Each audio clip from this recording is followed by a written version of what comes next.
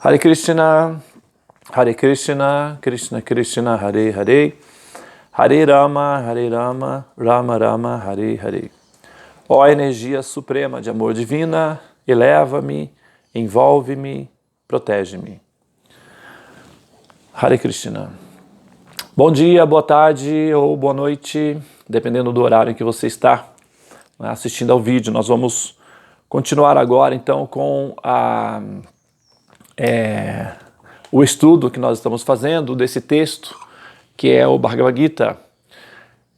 Nós estamos fazendo da introdução do Bhagavad Gita, tá bem? Muito bem, vamos fazer o mantra de introdução.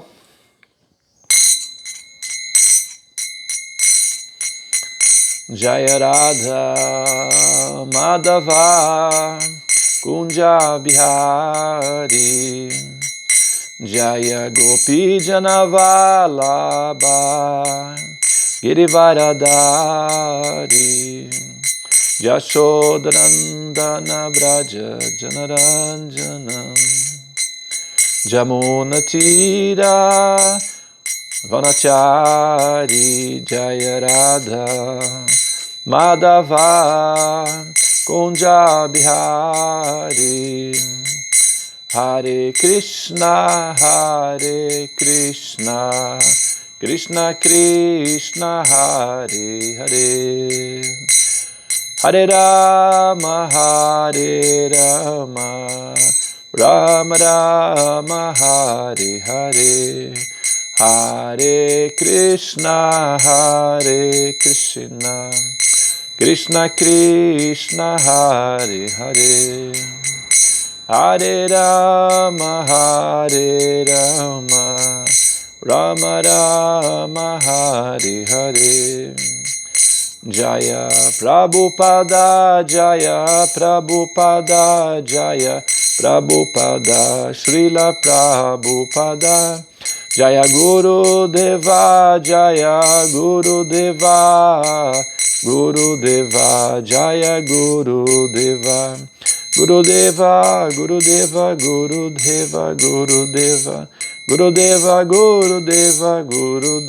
Gurudeva Srila Prabhupada Patita Pavana Ki Jai Gauranga Premanandi Hari Hari Bo.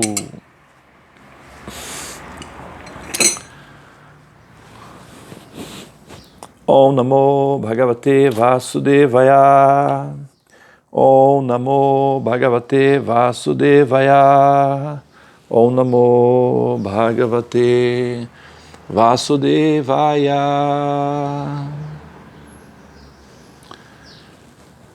Então, lendo o Bhagavad Gita, vamos continuar aqui com a introdução ao Gita, tá? Nós paramos aqui. O Bhagavad Gita também é conhecido como Gita Upanishad, né? Nós vimos falado sobre brevemente, né, sobre o significado, né, da palavra Gita Upanishad, e agora eu vou dar sequência aqui, tá bom? O Bhagavad Gita é conhecido como Gita Upanishad. Ele é a essência do conhecimento védico e um dos mais importantes Upanishads na literatura védica. Claro, é que existem muitos comentários sobre o Bhagavad Gita e pode ser que se questione a necessidade de mais outro. Esta presente edição pode ser explicada da seguinte maneira. Recentemente, uma senhora americana pediu-me que lhe recomendasse uma tradução do Bhagavad Gita. É claro que na América existem muitas edições do Bhagavad Gita, mas pelo que tenho visto, não só na América, mas também na Índia, nenhuma delas pode ser considerada estritamente autorizada, porque em quase todas elas o comentador expressou suas próprias opiniões sem tocar no espírito do Bhagavad Gita como ele é. O espírito do Bhagavad Gita é mencionado no próprio Bhagavad Gita. Ele é exatamente assim. Se quisermos tomar um determinado remédio, teremos que seguir as instruções escritas no rótulo. Não podemos tomar o remédio de acordo com o nosso próprio capricho ou de acordo com as instruções de um amigo. Devemos tomá-lo de acordo com as instruções do rótulo ou com as instruções de um médico. Similarmente, o Bhagavad Gita deve ser tomado ou aceito como ele é, instruído pelo próprio orador. O orador do Bhagavad Gita é o Senhor Krishna. Ele é mencionado em cada página do Bhagavad Gita como a suprema personalidade de Deus, Bhagavan. Naturalmente, a palavra Bhagavan às vezes se refere a qualquer pessoa poderosa ou a qualquer semideus poderoso. E certamente aqui Bhagavan designa o Senhor Sri Krishna como uma grande personalidade, mas ao mesmo tempo devemos saber que o Senhor Sri Krishna é a suprema personalidade de Deus. Como confirmam todos os grandes acharyas, mestres espirituais, como Shankaracharya, Ramanujacharya, Madhvacharya, Nimbarka Swami, Sri Chaitanya Mahaprabhu e muitas outras autoridades de conhecimento védico na Índia. O próprio Senhor também se estabelece como a suprema personalidade de Deus no Bhagavad Gita.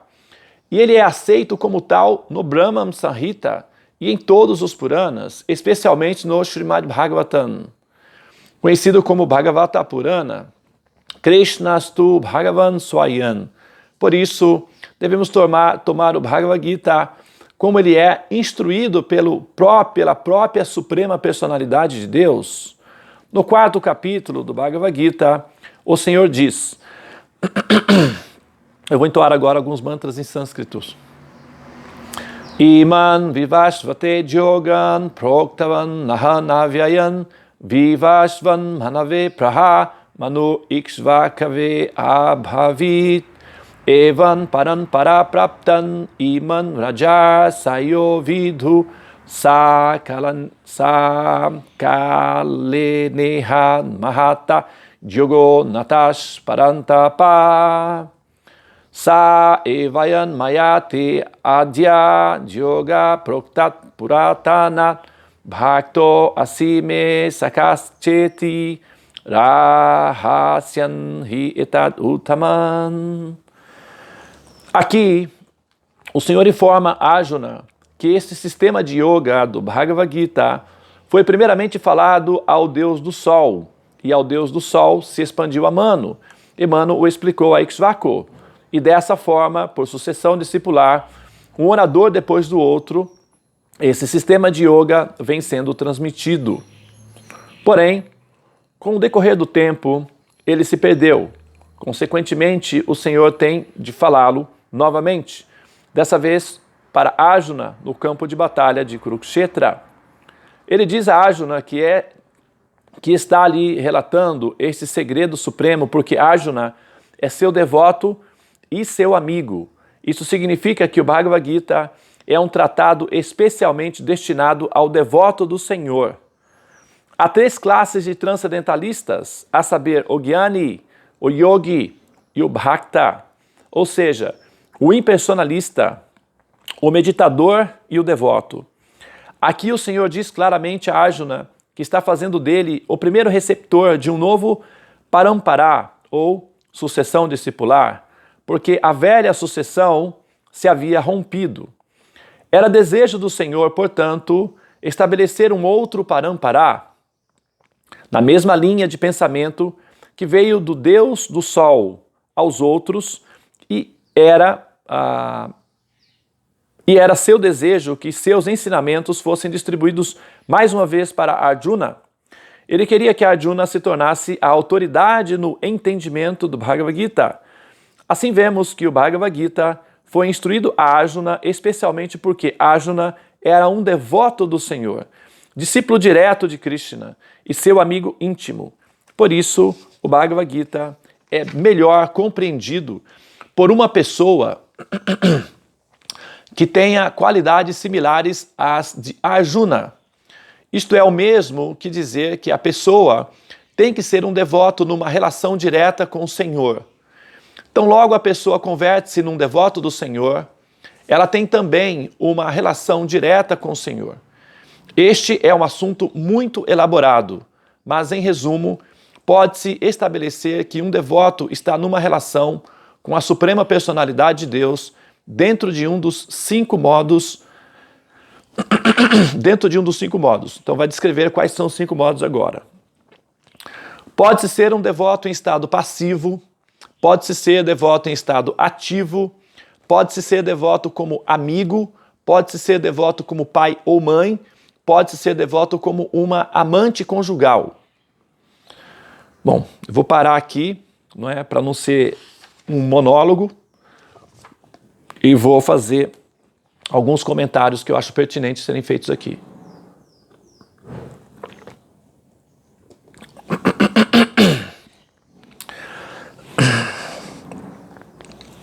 Om Gyana Timiranda Syagyananjana Chalakaya Chakshurun Militanjana Tasmai Shri Gurave Namaha. Eu nasci na mais obscura região da ignorância, porém o mestre espiritual está abrindo os meus olhos com o achote do conhecimento, e ao mestre espiritual eu ofereço as minhas respeitosas reverências. Vanchakalpa tarubhyasya kripa sindobhyeva cha pachitanan pavanebhyo vaishnavebhyo namo namaha. Namo Vishnupadaya Krishna Prestaya Bhutale Srimati Bhaktivedanta Swami Nityanamine. Namaste Sarasvati Devi Gauravani Pracharine Nirvishesha Shunyavadi Paschatya Deshatarine.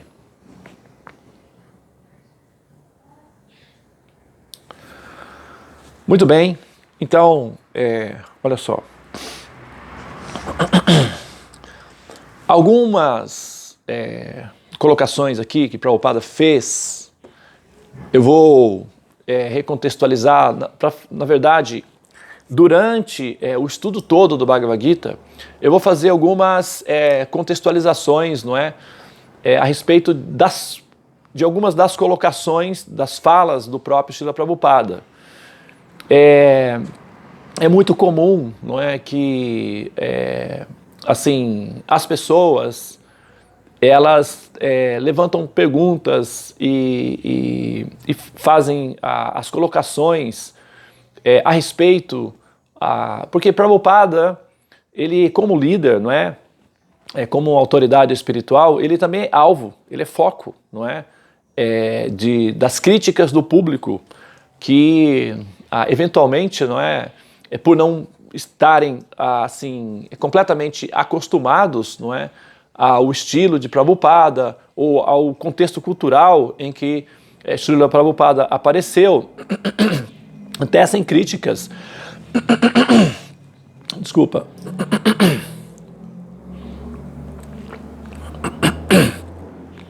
Então, tecem críticas a respeito das colocações que Prabhupada faz em algumas ocasiões, e eu vou, não é, advogar aqui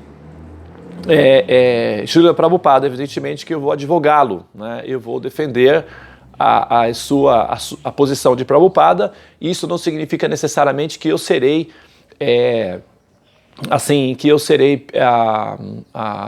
conivente no sentido de que eu tentarei representá-lo de uma maneira assim conveniente, vamos colocar assim, tá?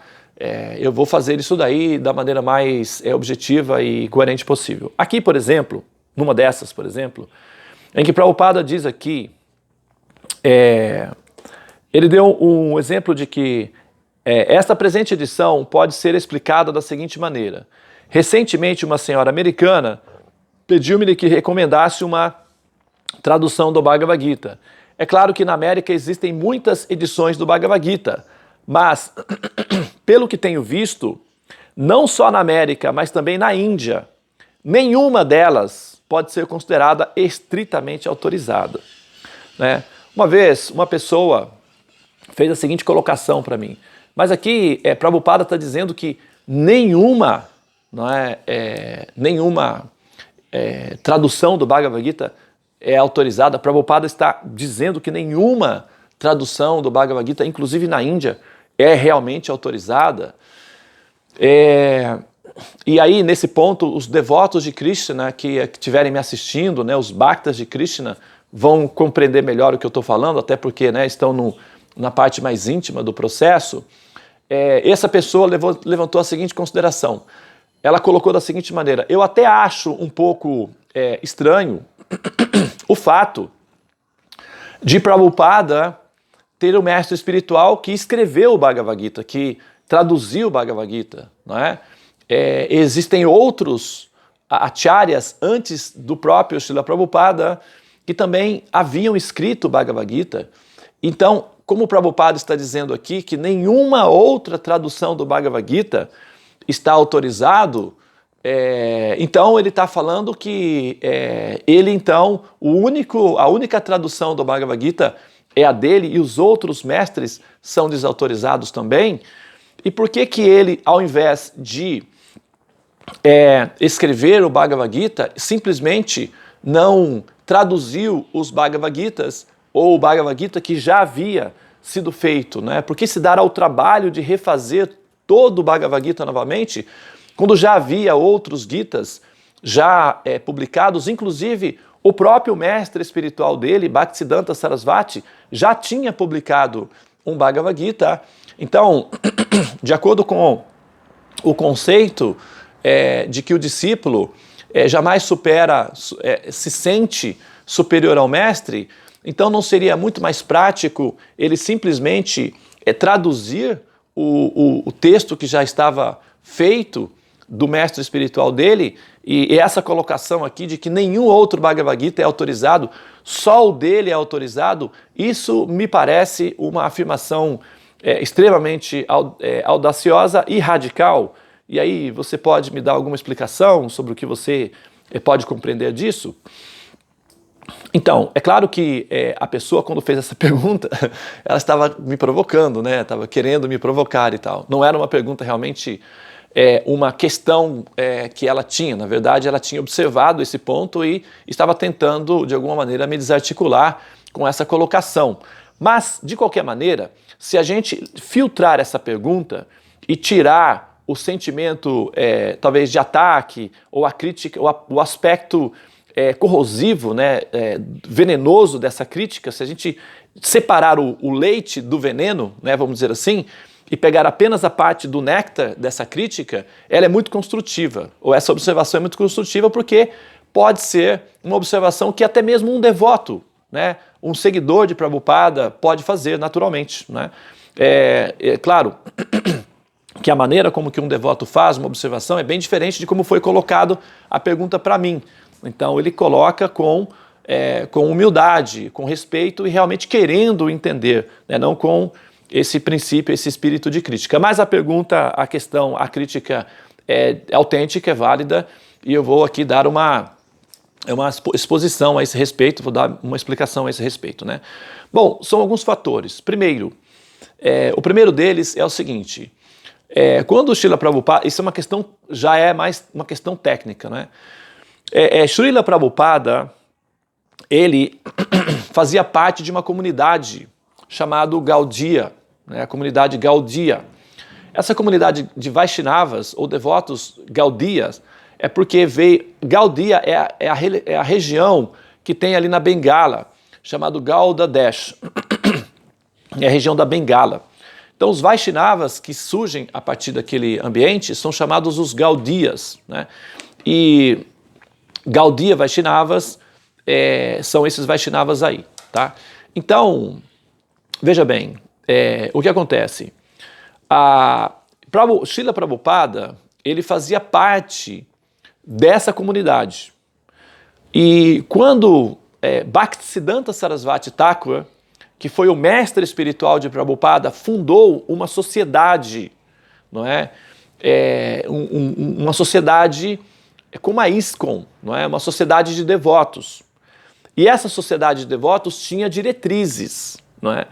E quando Bhaktisiddhanta Sarasvati deixou o planeta, um grupo de devotos ficaram sendo os trustees, que significa os controladores, os diretores da editora de Bhaktisiddhanta Sarasvati, indicando que, na verdade, não os livros escritos por Srila Bhaktisiddhanta Sarasvati ficaram não é, sob responsabilidade desse grupo de devotos.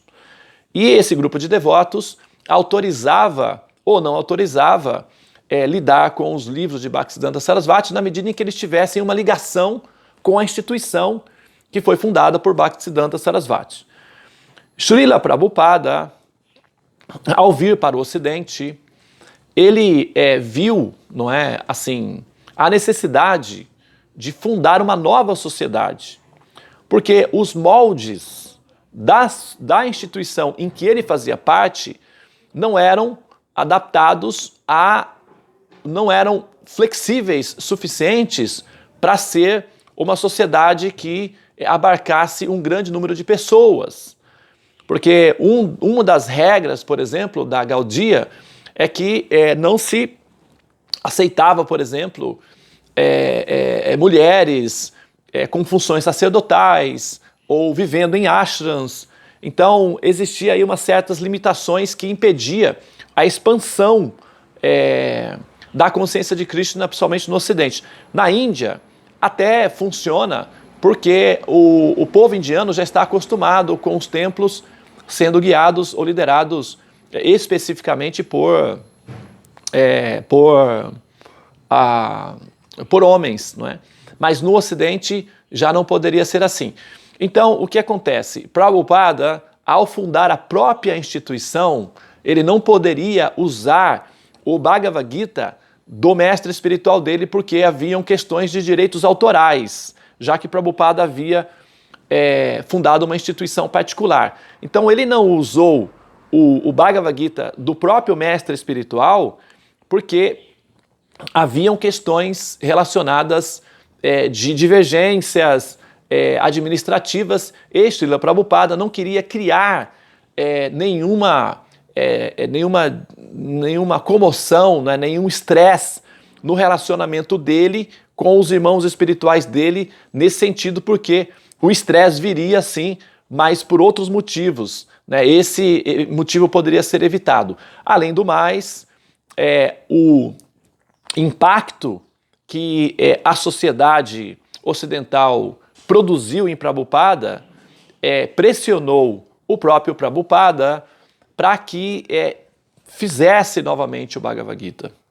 Inclusive, outro ponto interessante é que o próprio Krishna também, não fez os arranjos necessários, porque Srila Prabhupada ele já tinha escrito um Bhagavad Gita na Índia, durante a vida dele de casado. Então ele, nos momentos dele, ele ia escrevendo o Bhagavad Gita e comentando os textos do Gita.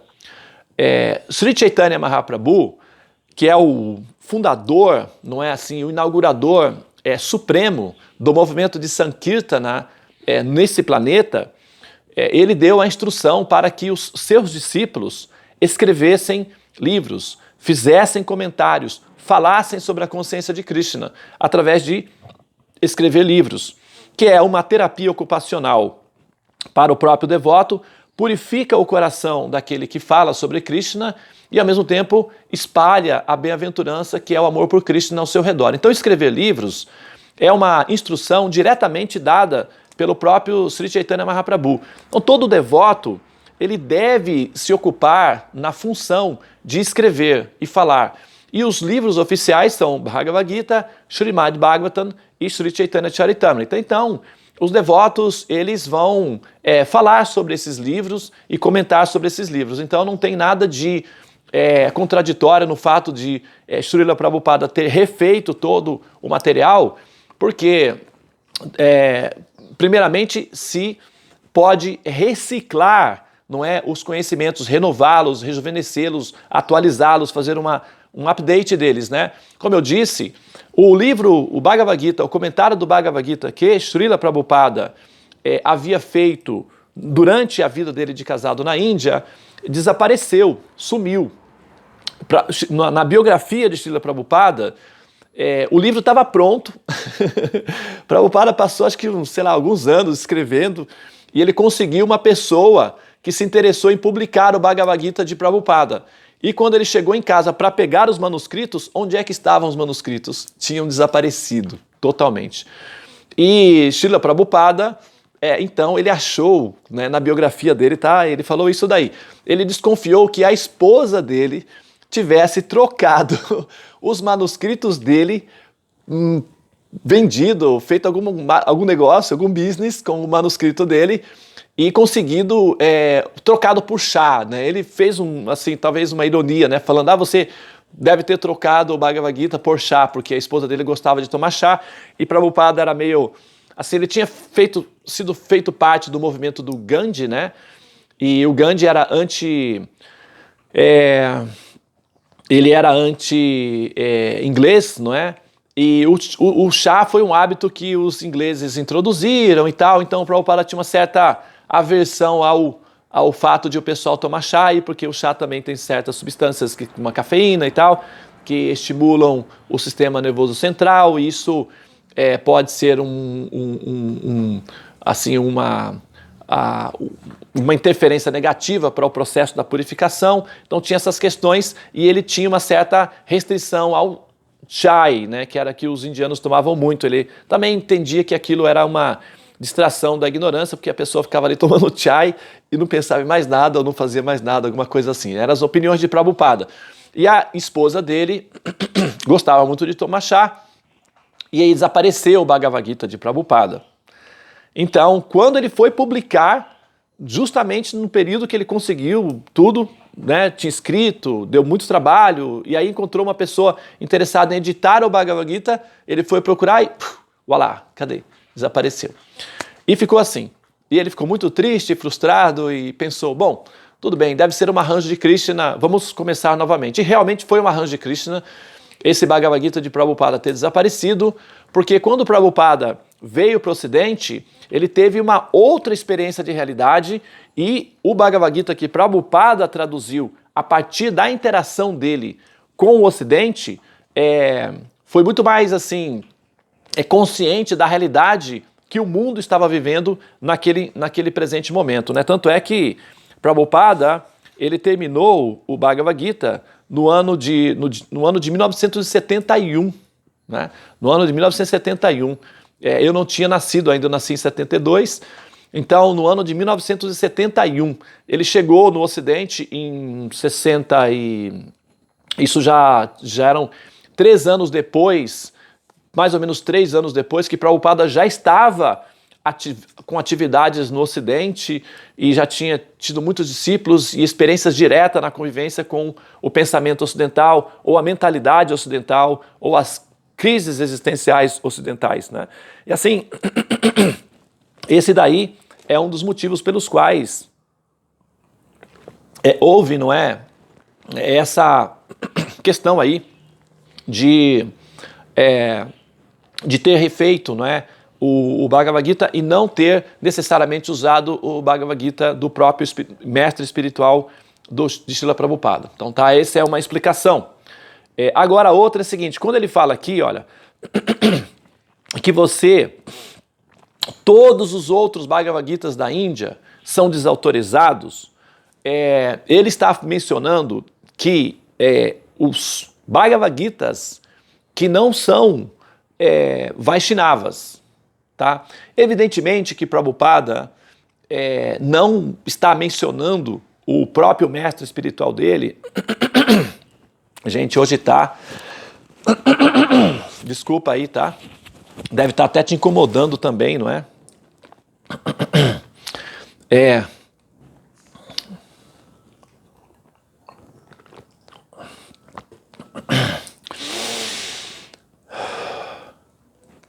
Muito bem, vamos lá. Então, olha aqui quem chegou. Vem cá, dá um bom dia pro pessoal lá. Olá, Batman, tá ouvindo a aula do Bhagavad Gita. É o único que está assistindo a aula do Bhagavad Gita hoje. Bom, então, veja bem, quando o outro fato é que nós, quando olhamos Prabhupada, a fala de Prabhupada que nenhum outro Bhagavad Gita é autorizado, é óbvio, é evidente que Prabhupada não está mencionando os mestres Vaishnavas que escreveram o Bhagavad Gita, que são autorizadíssimos, né? Tanto é que ao fazer o Bhagavad Gita, ao escrever os comentários do Bhagavad Gita, Prabhupada usou como referência os Bhagavad Gitas anteriores, de Srila Visvanatha Chakravarti Thakur. Já tem até traduzido o Bhagavad Gita dele aqui no Ocidente, em português, inclusive, o de Bhaktisiddhanta Sarasvati, e por aí vai, né? Existem centenas de outros Bhagavad Gitas que foram comentários e que foram base para que ele fizesse esse comentário aqui. Então, essa colocação de Prabhupada é muito parecido com a colocação, com a fala de Krishna no próprio Bhagavad Gita. Tem um verso que ele diz o seguinte: Yada te moha kalilan, né? E depois ele segue no verso. Eu não vou mencionar todo o verso aqui, porque eu realmente eu me esqueci do verso como um todo, e eu também estou sem os meus óculos aqui, então vai ter uma certa dificuldade de eu encontrar eu vou tentar aqui, tá bom? Segura aí um segundinho, que talvez de repente eu até consigo identificar o verso. Muitos dos devotos aí que já até conhecem esse verso que eu mencionei, mas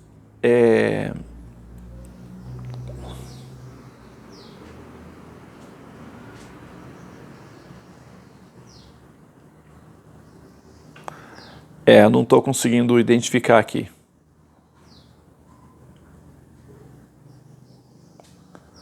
Não estou conseguindo identificar. Eu sinto muito. Depois eu vou deixar o verso à disposição, tá? Deixa eu só tentar aqui, por aqui. Vamos ver se eu não estou enganado em relação ao... Não, é isso mesmo. Eu não... não, olha só, encontrei aqui, ó.